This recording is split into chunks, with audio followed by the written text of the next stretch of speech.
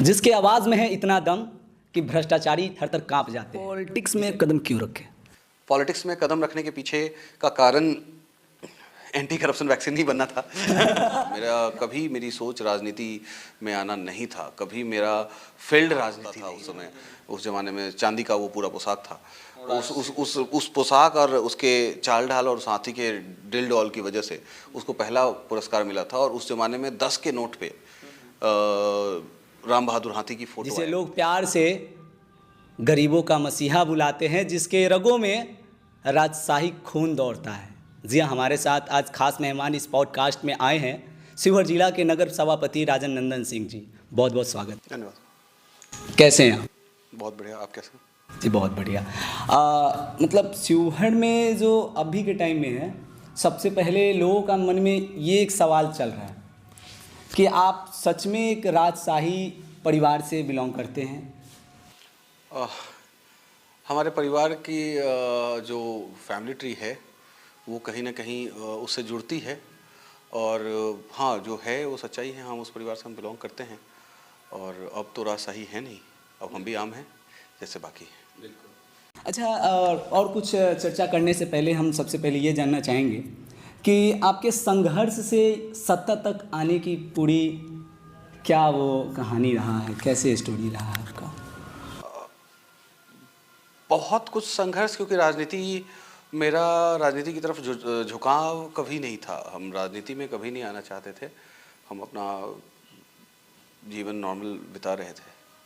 और कुछ मुद्दों के कारण, शिवहर में ही कुछ मुद्दों के कारण और खासकर नगर परिषद से संबंधित कुछ मुद्दों के कारण मैंने राजनीति की तरफ रुख किया। और उसमें संघर्ष मैं इसलिए नहीं कहूँगा कि जिस हिसाब से हमारे लोगों ने, शिवहर की जनता ने मुझे प्यार दिया, स्नेह दिया, तो संघर्ष तो कहीं मेरा हुआ ही नहीं। मेरे लिए संघर्ष जनता ने किया। और क्योंकि मुद्दा उन्हीं का था, समस्या उन्हीं की थी, हम सबकी थी, तो उन्होंने इस बात को समझा। और मुझ जैसे एकदम नए पॉलिटिशियन को, जो कुछ उठ के आ रहा है, कुछ बातें आपके समक्ष कह रहा है, कर रहा है, और उसको इतना बड़ा मौका दिया उन्होंने, इतना विश्वास किया, ये सब हमारे शिवहर की जनता का देन है। और जो भी है सो उन्हीं की बदौलत है। अच्छा, इससे पहले मतलब आप फर्स्ट टाइम, ये पहला चुनाव था आपका? जी बिल्कुल। लड़े और जीत गए? बिल्कुल, लड़ा मैं, जीती जनता। मतलब आप लड़े और जीती जनता। अच्छा, आप लगभग 2800 कुछ वोटों से आप विजयी हुए थे जब चुन कर आए थे। तो उसके बाद से जब आप आए तो क्या लगा आपको कि शिवहर नगर परिषद में वो क्या क्या नहीं है जो होनी चाहिए थी? देखिए, नगर परिषद शिवहर में पहले तो नगर पंचायत था। उसके बाद नगर परिषद बना। बहुत सारी ऐसी सुविधाएं हैं जो नहीं थी, और अभी भी बहुत सारी सुविधाएं नहीं हैं जो अभी होनी चाहिए। नगर परिषद होने के नाते, शहरी क्षेत्र होने के नाते उसमें होनी चाहिए। और जिसमें कुछ चीज़ें, सुविधाओं के मामले में कुछ चीज़ें कही जाए तो अभी भी देहाती क्षेत्र में स्ट्रीट लाइट नहीं लगा है, जो कि जल्द ही हम अधिस्थापित कराएंगे।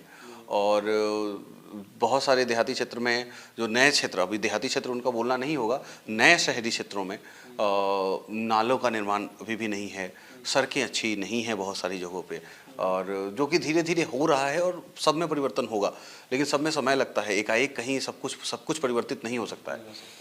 तो उसका प्रयास हम कर रहे हैं, वो सारी चीज़ें परिवर्तित होनी चाहिए। हमारे पास पार्क नहीं है, शहर हैं हम, मगर शहर की शहरी सुविधा का मतलब होता है कि शहर में कहीं घूमने की जगह हो, कहीं बैठने का जगह हो, सामने टहलने की जगह हो, इस सब तरीके का, ऐसी कोई व्यवस्था हमारे पास नहीं है। हम लोग उसके लिए भी प्रयासरत हैं। संभवतः हमारे प्रयास से, आदरणीय जिला पदाधिकारी महोदय के प्रयास से, और जो भी जनप्रतिनिधिगण हैं, हमारे सांसद हो गए, विधायक हो गए, इन लोगों के प्रयास से हम लोग इस चीज़ को लाने में अपने ही कार्यकाल में सफल होने का प्रयास करूंगा मैं। और बाकी जो विशेष जो कमियां हैं, या फिर जो कमियां थीं, कुछ सुधरी हैं, कुछ और सुधार की आवश्यकता है, उसके लिए हम लोग प्रयासरत हैं। सबसे मुख्य, जब मैं आया था नगर परिषद में, नगर परिषद, आपको विश्वास नहीं होगा, नगर परिषद कार्यालय में मेरा पहला कदम तभी पड़ा जब मैं जीत चुका था। अच्छा, उससे पहले मैं कभी नगर परिषद कार्यालय में नहीं आया था। अच्छा। और चुनाव के दौरान भी एक दो बार 15 अगस्त का झंडोत्तोलन का, नागरिक होने के नाते भी मैं आ सकता था, मुझे कई लोगों ने बोला भी। लेकिन मैंने तिरंगा यात्रा निकाला था उस दौरान, जब मैं पेट्रोल पंप पर रुका हुआ था, कुछ लोगों ने बोला भी, मैंने बोला कि नहीं, उस दरवाजे को पार अगर करना है कि नहीं करना है, जनता डिसाइड करेगी। अच्छा, मतलब उसी समय हम बना लिए थे कि मतलब हम जब जीत कर आएंगे तभी अंदर जाएंगे। तो जनता ने स्नेह दिया, प्यार दिया, आशीर्वाद दिया, हम यहाँ आए। जब आए तो 2-3 चीज़ें बदलने योग्य लगी, जैसे कि जो हमने रिसीविंग का सिस्टम लगाया किसी भी आवेदन के लिए, ताकि जवाबदेही तय हो। वो एक मुझे लगता है कि वो एक बहुत छोटा ही सही लेकिन बहुत प्रभावी परिवर्तन हुआ, जिसकी वजह से मान लीजिए पहले साल भर 6-6 महीने, अभी भी लोगों का डिले हो जाता है।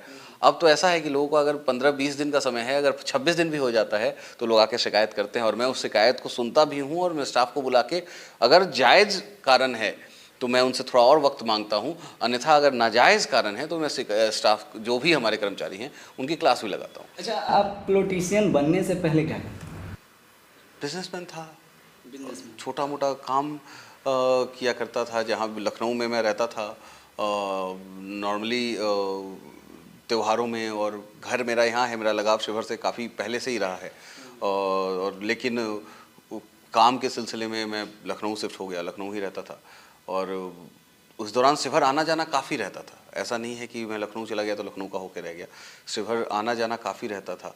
और वहीं मैं अपने ही में, मैंने बताया ना कि पॉलिटिक्स की तरफ मेरा कभी रुझान था ही नहीं।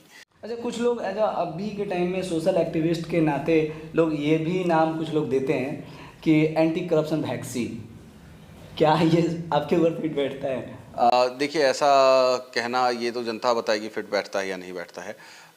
हमारा प्रयास है कि जो भी हमसे हो सके बन पड़े हमारी जनता के लिए, उनके लिए मैं करूं, और जितना ज़्यादा से ज़्यादा सुधार, मैंने पहले भी बोला था कि बस शेर के मुंह में खून लगना चाहिए, खून का स्वाद चख ले जनता, उसके बाद अगली बार तो जनता खुद देख लेगी। अच्छा, क्या किसी भी एक इस जनरेशन के, न्यू जनरेशन के पॉलिटिशियन को ये जो मतलब टैग है कि एंटी करप्शन वैक्सीन बन के रहना, क्या ये सही होगा? इस पे कोई टिप्पणी करना बहुत ही मुश्किल है। आप कई जगहों पे एंटी करप्शन किस सेंस में आप कह रहे हैं? एंटी और करप्शन मेरे हिसाब से करप्शन की जो बात आप कर रहे हैं, तो ये टैग पॉलिटिशियंस के ऊपर जो लगा हुआ है कि 100% पॉलिटिशियंस करप्ट हैं, ये टैग गलत है। और इसमें इसके ये कारण है, यही एक कारण है जिसके कारण अच्छे लोग पॉलिटिक्स की तरफ नहीं देखते हैं। इसीलिए तो मैं कह रहा हूँ ना कि क्या ये टैग लग जाना चाहिए, एंटी करप्शन वैक्सीन बन जाना चाहिए? बिल्कुल, पॉलिटिशियन को बनना पड़ेगा। अगर जनप्रतिनिधि जो जनता का बीच का है, और जो जनता का प्रतिनिधि है, जो जनता का प्रतिनिधित्व करने आया है, हम आपके बीच से ही एक हैं, और आपका प्रतिनिधित्व करने हम यहाँ बैठे हुए हैं, आपकी समस्याओं को लेके हम बैठे हैं कि हाँ चलिए, आपने मुझे चुना है, मैं आपकी आवाज़ उठाऊंगा, आपकी समस्याओं का समाधान करूंगा। अगर मैं ही आपके हित के लिए कार्य नहीं करूंगा, आपकी समस्याओं के समाधान के लिए कार्य नहीं करूंगा, आपके जो भी दिक्कतें आ रही हैं, जब आपने बोला करप्शन की बात, तो इस मामले में अगर मैं कार्य नहीं करूंगा तो फिर क्या फ़ायदा जनप्रतिनिधि होने का? क्या फ़ायदा? आपका कोई विज़न ही नहीं है। इसका मतलब आप यहाँ आए ही हो करप्शन करने के लिए। अच्छा, पॉलिटिक्स में कदम क्यों रखें? पॉलिटिक्स में कदम रखने के पीछे का कारण एंटी करप्शन वैक्सीन ही बनना था अगर कहूँ तो। और कुछ चीज़ें थी, मैं लॉकडाउन का पीरियड चल रहा था उस समय, ये जो चर्चा मैंने चुनाव के दौरान भी बहुत करी है। लॉकडाउन का पीरियड चल रहा था, लॉकडाउन के पीरियड के दौरान मैं शिवहर में लॉकडाउन ही काट रहा था, दशहरे का समय था, और उसी बीच में मैं पता नहीं, मैं इसको जोड़ता हूँ माता से, मैया से मेरी बहुत आस्था है, दुर्गा जी में, तो मैं उनसे जोड़ता हूँ, लेकिन इसीलिए मैं उनसे जोड़ के ही बताऊंगा, जो मेरी अंतरात्मा में है वही, उसी चीज़ को मैं रखूंगा। मैं यहाँ राज देवी का मंदिर है, मेरे कैंपस में भी माता का मंदिर है जो काफ़ी प्रसिद्ध है, और मेरी पूरी आस्था है उनके ऊपर, मेरी माँ के समान है वो। तो वहाँ से मैं राज देवी मंदिर गया, मैं पहली बार गया था शिवहर में राज देवी मंदिर। मैं बहुत दिनों से सुनता था लेकिन मैं गया नहीं था। जंगली देवी भी कहा जाता है उनको, और पुलिस लाइन के साइड में है वो। वहाँ पहली बार मैं गया, मैं वहाँ पे मैंने दर्शन किए, मुझे बहुत अच्छा लगा। थोड़ा बहुत कुछ कार्य वहाँ था, मिट्टी उट्टी फिलिंग का, तो मेरे साथ मेरे कुछ सहयोगी गए थे, उनको मैंने कहा कि भाई ये करवा दो ताकि यहाँ भी अच्छा लगे, काफ़ी अच्छी जगह है, इसको और अच्छे से कराया जाए। वहाँ से मैं लौटा हूँ, घर आया हूँ, नवरात्रि चल रही थी, तो नवरात्रि में नॉर्मली मैं व्रत रहता हूँ हमेशा, तो संध्या पूजन के लिए मैं स्नान करके मैं आया, कुछ लोग अपनी कुछ समस्या लेके वहाँ पे थे, अब उन समस्याओं का चर्चा करके कोई फ़ायदा नहीं।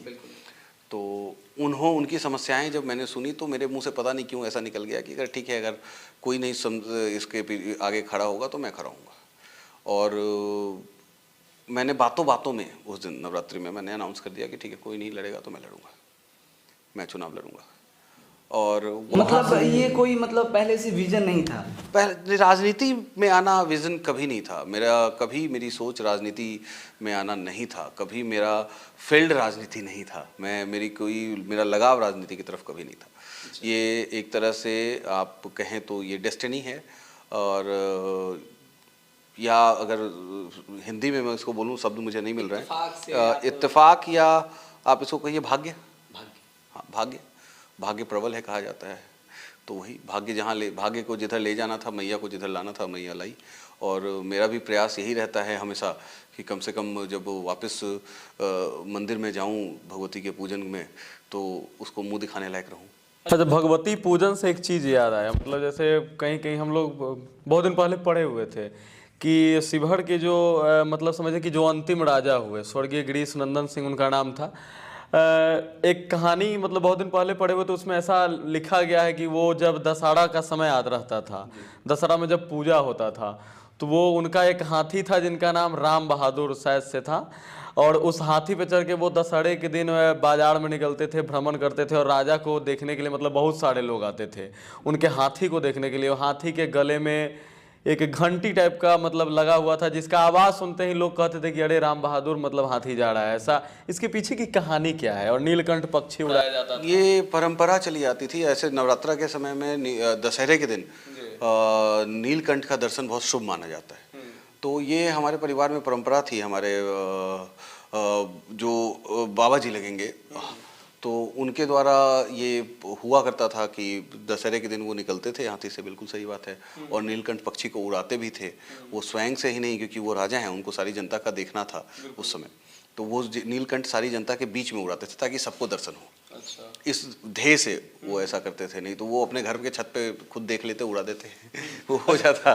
लेकिन वो था। और हाथी, राम बहादुर हाथी तो पूरे शिवहर में चर्चित रहा ही है, और पूरे शिवहर में नहीं, वो शिवहर का गौरव उसने बढ़ाया है। दिल्ली में वाइसरॉय आए हुए थे एक बार, तो सारे राज्य से हाथी गया हुआ था, और शिवहर राज्य का जो हाथी था उसका जो हौदा, यानी उसका जो पूरा उसका जो पोशाक होता था उस समय, उस जमाने में चांदी का वो पूरा पोशाक था। उस पोशाक और उसके चाल ढाल और उस हाथी के डिल डॉल की वजह से उसको पहला पुरस्कार मिला था। और उस जमाने में 10 के नोट पे राम बहादुर हाथी की फोटो आया करती थी। अच्छा, उस 10 का नोट का जो 10 के नोट पे अभी भी 10 का नोट वो पुराना वाला मार्केट में रहता है।